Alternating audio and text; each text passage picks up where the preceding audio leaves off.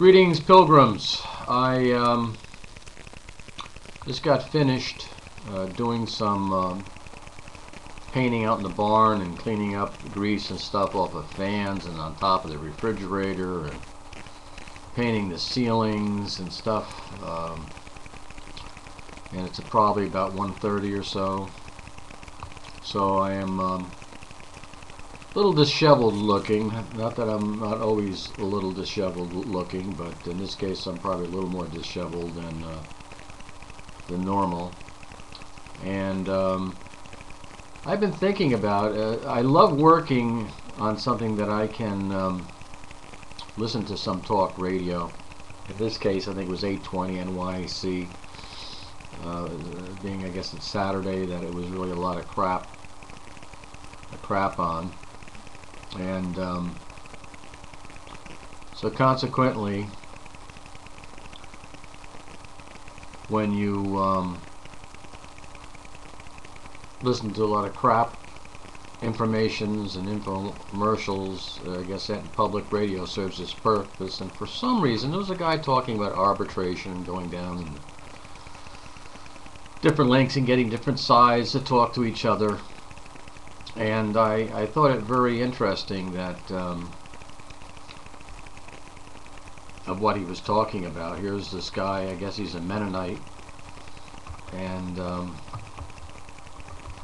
he was able to be sent down to all these countries in India and South America and Central America and come up with some pretty interesting stuff. But for some reason, it's amazing. Thank God I don't live on an island, because I really need input from people. Otherwise, I don't really get the type of ideas or discussion points that I might like to get. And one of the ones is to me very interesting. That talking about rules of law, and trying to think of the debate rules that they have, I forget, but they talk about, in order to have a meeting, you're talking about having a quorum, and generally speaking that means over 50%. So if you had 10 members on this board, you couldn't just even use 5 members. You'd have to use 6 to be over the 50%. And consequently, the House of Representatives and the Senate and all that, they have to have over 50% of the members there before they can, quote, have a quorum, and before they can actually conduct business. Which means that, I guess if 51% of the people didn't show up, they couldn't conduct business. I guess that's what happened in Wisconsin. But I came up with a letter to the editor that I sent out to several magazines, and I thought it was kind of an interesting concept. And the letter goes, "Dear editor, with only 40% of non-felon U.S. citizens between 18 and 24 of age voting, one has to wonder what the percentage of all U.S. citizens that are voting. And the answer is about 41.8%. So including that, I guess if you did deduct the 18 to 24 from that group, it would probably be maybe, I don't know, 43%, I don't know, 45%. But the point of the matter is, we'll get back to the letter here. Any election with less than 50% of the potential voters would seem to be illegitimate, an illegitimate transference of power from one administration to another. Perhaps only states who achieve this magic percentage should be able to send their elected senators or congressmen to Washington.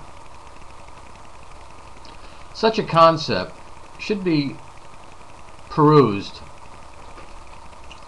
as if no quorum is met, our elections are no more valid than any questionable elections we are condemning in some developing nations. And when you think about it, what percentage of voters should we really be able to hold an election and not forced to have another election? And I think if each state had to actually come up with 50% of all the potential voters to vote in order to send their congressman or a representative in,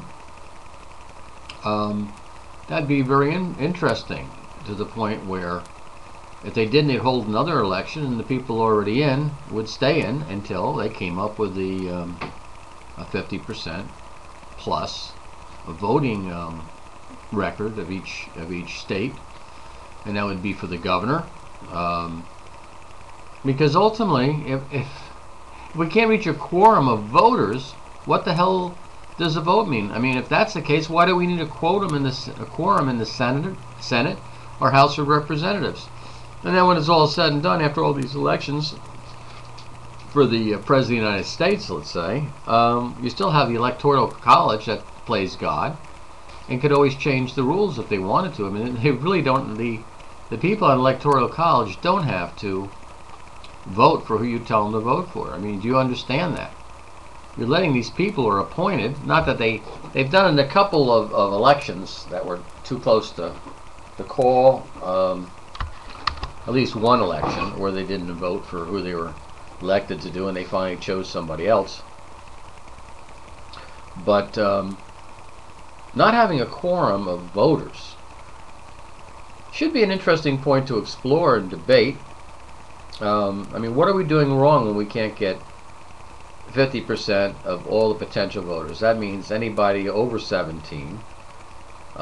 That's a U.S. citizen, not a felon, and maybe that should change after a person is no longer served his time. Maybe they could have, when you get out, when you get out plus 4 years or whatever. So, but if they serve their time, they should have all the rights of citizenship, one would think. Not that, I love criminals and stuff, especially violent criminals. But if they opt to let these people out instead of keeping them behind bars, hey, why shouldn't they have the potential to vote, especially after they paid their debt to society? It's funny, debt to society. It's costing them, it's costing us $40,000 a year to keep them incarcerated, and you're talking about a debt to society? Christ, they got more of a debt to society after they get out than they did when they went in, seems to me.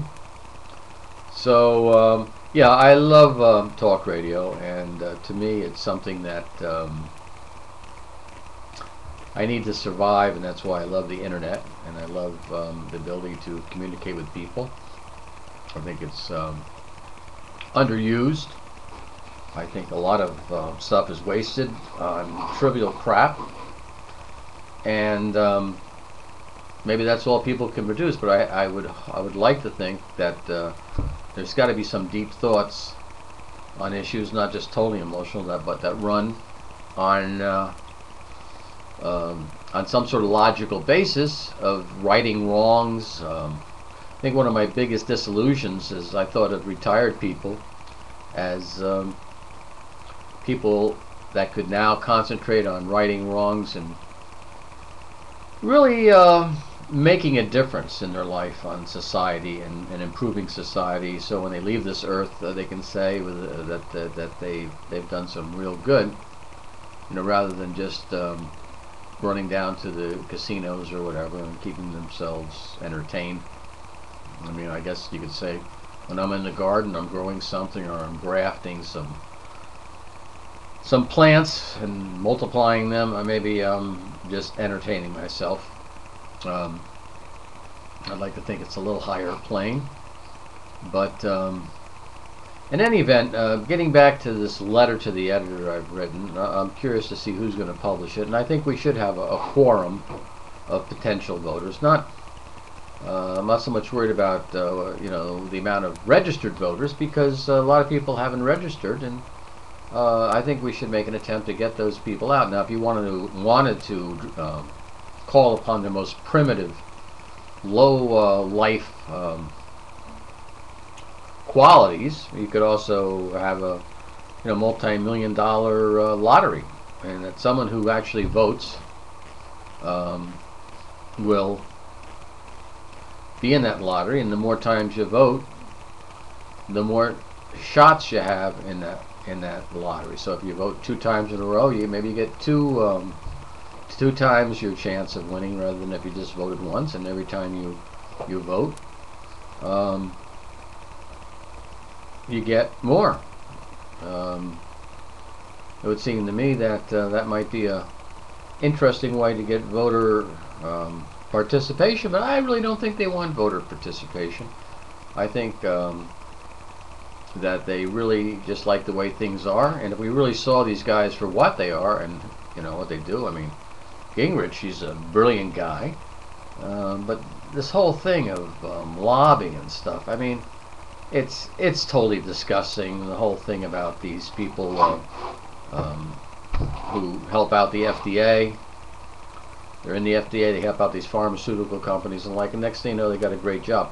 What's amazing to me is Judge Clarence Thomas.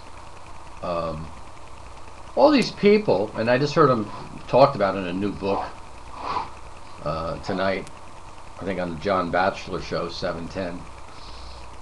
And no one mentions the fact that this son of a bitch was an attorney for Monsanto, the most evil, the most sinister company in the world, who probably has done more damage to people in terms of getting them ill from all kinds of crap, from their Roundup or whatever, their insecticides, pesticides, herbicides, genetically modified crops.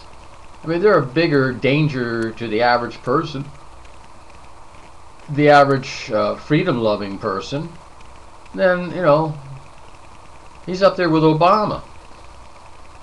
So no one ever talks about that, and the fact that supposedly he's already ruled favorably on cases involving Monsanto. Now, hello, this is how powerful these people are. The fact that the media won't take on Monsanto. By the way, Fox News attempted to take on Monsanto when they first started out, and they got this team. They're investigating things. And one of the first things these investigative reporters try to do was take a real good look at Monsanto. And what happened was Monsanto told them that if you publish this documentary on them, you'll be off the air. All right, you guys won't exist, essentially. And so Fox News, the fair and balanced thing, which everybody hates. I mean, you got to admit that at least they tried. They didn't have the balls to do this. They pulled back the story so badly, or so much, that the people who did it just quit. They resigned. They said, "Screw you guys. You weren't even really serious about tracking down evil where you find it." So that's a very interesting story. You can see that on YouTube. You look up Monsanto and Fox 5 or whatever. You can hear the whole story on that. But then again, we have all these people, because of this corn that's in all our food and the corn sugar. We're all getting sicker, and diabetes, and the pharmaceutical companies are making money, and now the insurance companies make money because they're forcing us to buy mandatory health insurance because no one can afford to stay healthy because we're being poisoned by our food. And you idiots out there, you don't say anything. You don't say a damn thing. So I suggest if you have any land at all, I'm talking about anything, you start putting out your 5-gallon pails with dirt and stuff and compost. Save your leaves and paper scraps and food shops, and grow your own food. So that's what I have to say about that. And once again, let's start a discussion about having a quorum of voters to actually make an election really a valid election. Okay, I'd like to hear your thoughts. Take care.